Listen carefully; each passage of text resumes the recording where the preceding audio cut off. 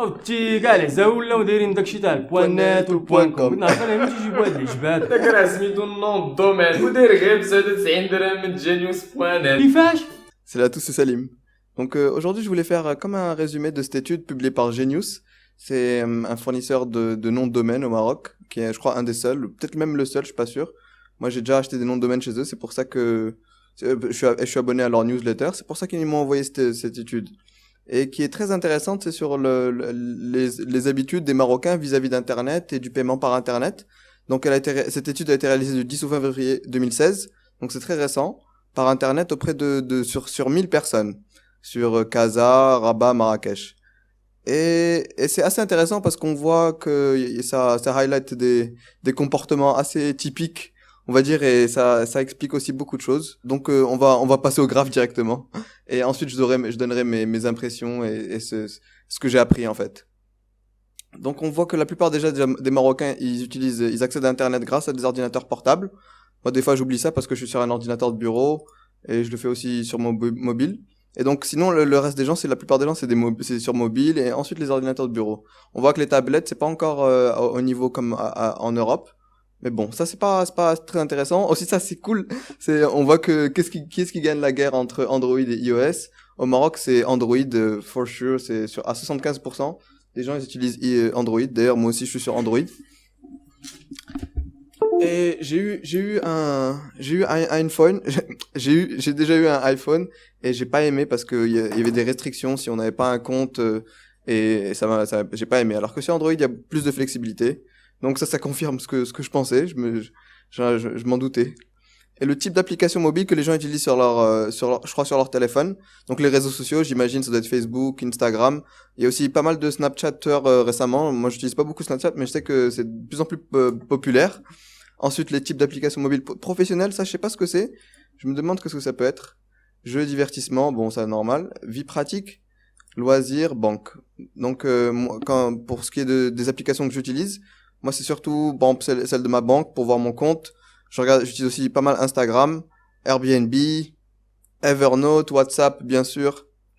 Here Maps, qui est excellente, c'est comme le GPS sur le téléphone.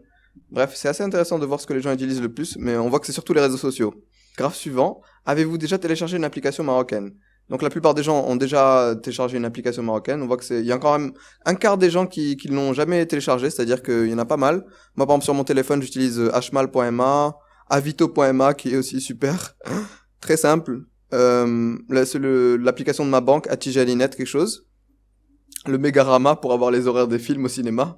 Bref, il y en a déjà pas mal et il y a 25% des gens qui savent même pas. Donc, le téléchargement d'applications mobiles.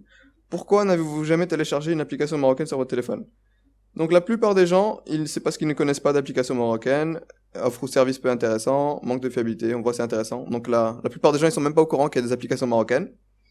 Donc, confiance, pas la plupart des gens, mais ça c'est les 71% des 25% ne connaissent pas d'application marocaine, je trouve ça assez fou. Bon bref, confiance au site marocain. En général, faites-vous confiance au site web ou marocain qui vous demande vos informations personnelles. Donc là, on voit que c'est très mitigé, des gens qui font toujours confiance, des gens qui font jamais confiance. Et moi, maintenant, je commence à faire confiance. J'ai déjà utilisé tellement j'ai déjà payé sur des sites internet, livremont.ma, hmal.ma, donc j'ai assez confiance. Je paye aussi mes factures d'électricité et d'eau sur internet depuis quelques mois, et ça me fait gagner du temps. Donc, moi, j'ai assez confiance. Lieu de stockage des informations personnelles. Selon vous, bon, ça c'est pas très intéressant. Confiance, le stockage. Ça j'ai bien aimé, c'est les sites d'information les plus préférés. Et je trouvais qu'il y a, en fait, que des sites que je connais pas. C'est des sites que je ne suis pas du tout. Par exemple, Express, je sais que c'est un site d'information juste en langue arabe, mais moi je connais, je lis mal la langue arabe, donc je suis pas. Alayoum 24, je connais pas. 360.ma, je connais juste grâce à leur chaîne YouTube, parce qu'ils postent des fois des vidéos sur des événements, ou bien les établissements qui ouvrent. Good.ma, je connais pas, donc moi ça me donne envie de checker toutes ces adresses. elbotola.ma, elbotola.com, telquel.ma, je connais grâce à leur magazine. Donc voilà, il y a pas mal d'adresses qui peuvent être intéressantes si vous cherchez des sites d'information marocains. Donc Express, Alayoum, 360, blablabla. Donc je mettrai peut-être la liste. Donc ensuite, les sites e-commerce les plus préférés. Donc veuillez citer 3 sites e-commerce au Maroc. Donc la plupart des gens ils sont cités Jumia.ma que je ne connais pas, je n'ai jamais entendu parler. Hmizat je connais, c'est un site de deal. Microchoix c'est pour du matériel électronique. Hmal.ma, moi je crois que c'est celui que j'ai utilisé le plus. Je me suis fait livrer plusieurs produits grâce à ce site. Superdeal.ma, j'ai jamais utilisé. Kayumu.ma, je connais pas non plus. Donc très intéressant de trouver ça dans cette liste. Ça m'a rendu curieux sur ce site internet, donc je checkerai. Donc situation bancaire.